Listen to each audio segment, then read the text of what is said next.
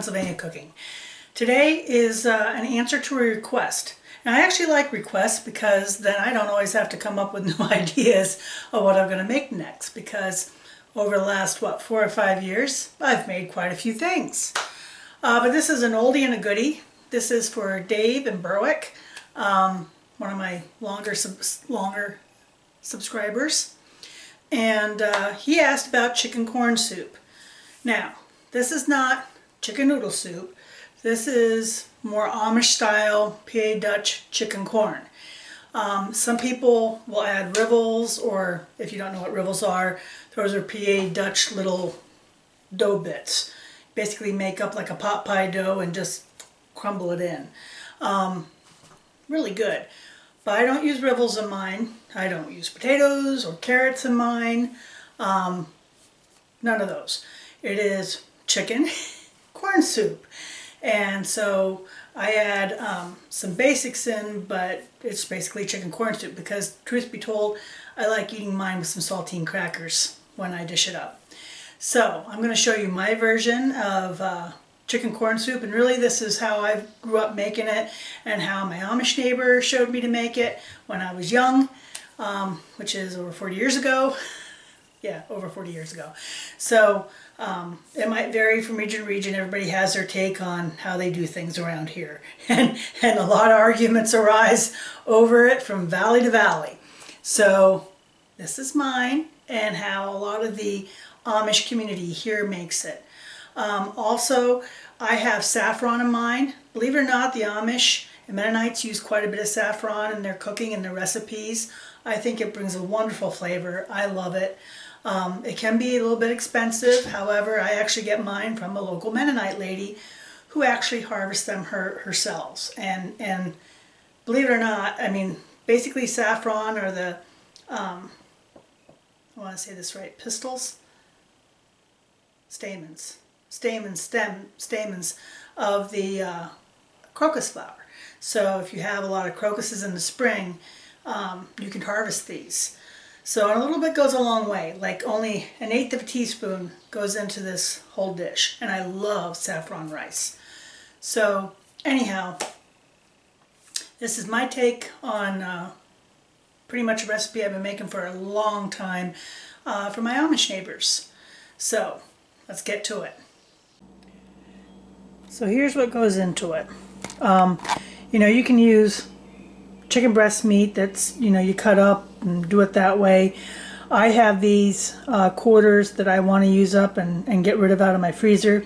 So I'm actually going to boil them off, low simmer them off, and use the meat from them and the broth along with some Better Than Bouillon, 4 cups of water. That's going to get me started. I'll take out the bones and what I don't want to use, so that I just have the meat left. And then to that we're going to add 2 cups milk. I'm going to add 2 cups of regular corn, 2 cans of regular corn, 2 cans of cream corn, and I have some diced very fine celery, onion, I have parsley flakes, a little bit of sugar, some saffron, and a bay leaf. And you know, you don't have to use a bay leaf or saffron if you don't want to, but I find it brings really good flavor. Oh, and a couple hard-boiled eggs.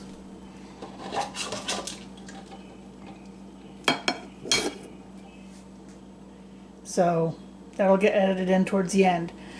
So that's what goes in it. And no, I don't use rivels in mine, or noodles, or potatoes, or carrots. Some recipes have it, and that's perfectly okay. But you know, chicken noodle soup has the noodles. This is chicken corn, and I like adding saltine crackers to mine when I'm eating it. So that's my component there. The rest of it is chicken corn soup. So I'm going to add a little bit of oil, because I'm going to add in my onion and celery and get that sauteed a little bit.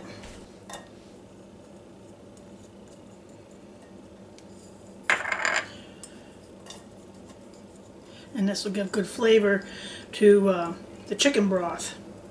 Alright, so I have these, put these off to the side, and I'm going to lay my chicken quarters in here.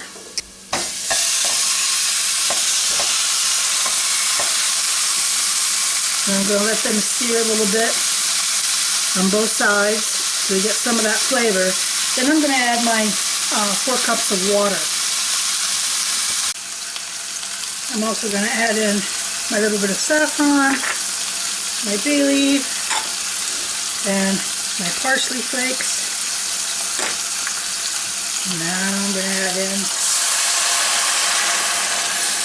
my 4 cups of water. And I'm going to cover. I'm going to bring that to a boil and then drop it down to a simmer and let my chicken cook. So my chicken's nice and tender, ready to be pulled apart. So I'm going to pull this out and debone it and take out the stuff I don't want and return the chicken back to the pot, and then we're going to finish this up. One little note here, I have left some of the fat in here, and that's the good schmaltz. Those of us that have some Jewish background, in our chicken soups, no matter what kind they are, like our schmaltz, it just gives it good depth of flavor and just brings more to it. And while I'm deboning that, since I didn't use actual stock, I'm just going to use some Better Than Bouillon in there. And of course it should have some good flavor too from the marrow of the bones, which is another reason I did that, and with the chicken thighs and legs. You get so much more flavor with that. So I added my chicken back in. And like, you know, if you don't like the schmaltz, I can understand that, and you want to be completely fat-free, go ahead. You know, use skinless, boneless breast meat, that's fine. But I really do like the flavor, and since I'm using regular milk and not cream, it gives the extra fat component that you might have to make up if you were using the regular milk without the cream and using butter to make that up. So, but I only make this a couple times a year. It's mostly for me because Michael's not a big soup eater. So I'm going to make it the way I like it. So 2 cans of drained whole kernel corn, 2 cans of cream corn. Going to give this a stir.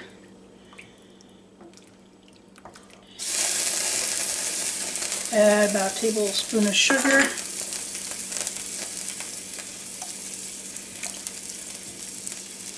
Don't slop it over like I did. And then 2 cups of milk. And that just gives it a really nice creamy consistency. And I have the hard-boiled eggs to add, but I'm going to wait a little bit. I want this to simmer. See the chunks in there. I want to add a little bit of salt.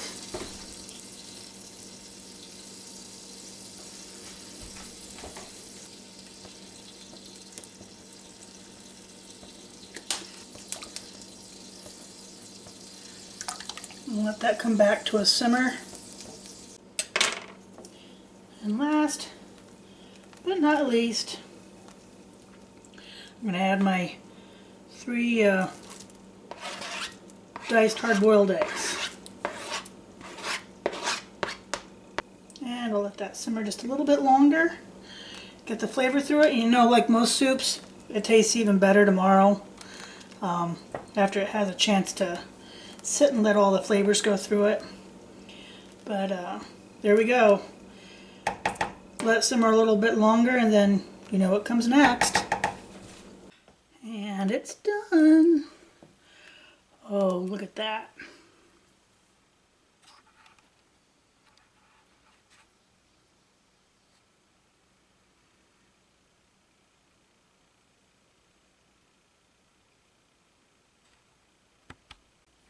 I told you I like saltine crackers in mine. I just like crushing them up like that and mixing it in.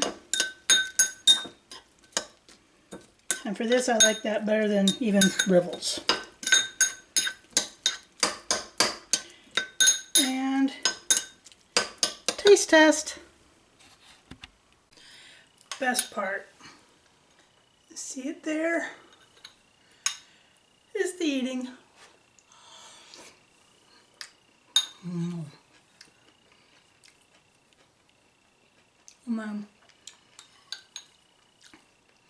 This is everything chicken corn soup should be. Slightly creamy, corny in a good way. Man, this is so good. Wonderful chicken flavor, just wonderful. I could eat the whole pot.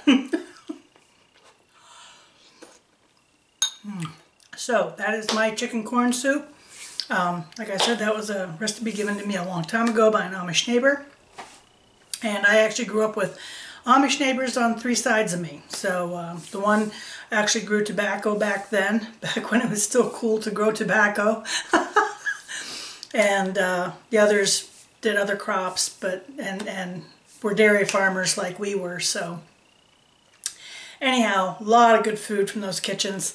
And PA Dutch chicken corn soup. So Dave, I don't know if it's exactly what you were looking for, but I think you'll like this. Give it a shot. And it'll give you your chicken corn soup that you want. So, thanks again, and make up a pot of this goodness. It feeds a lot, and it's so good.